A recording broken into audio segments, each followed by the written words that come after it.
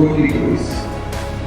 Mission বসুন্ধৰা দ্বিতীয়ৰ আৰম্ভণিতে আমি সিদ্ধান্ত লৈছিলোঁ যে টেকন'লজিৰ এটা ডাঙৰ প্ৰয়োগ আমাৰ ৰাজহ বিভাগত হ'ব লাগিব আৰু টেকন'লজিৰ জৰিয়তে আমি মানুহৰ ভূমিৰ অধিকাৰ বিবাদবিহীন যাতে ভোগ কৰিব পাৰে তাৰ বাবে আমি ব্যৱস্থা ল'ব লাগিব।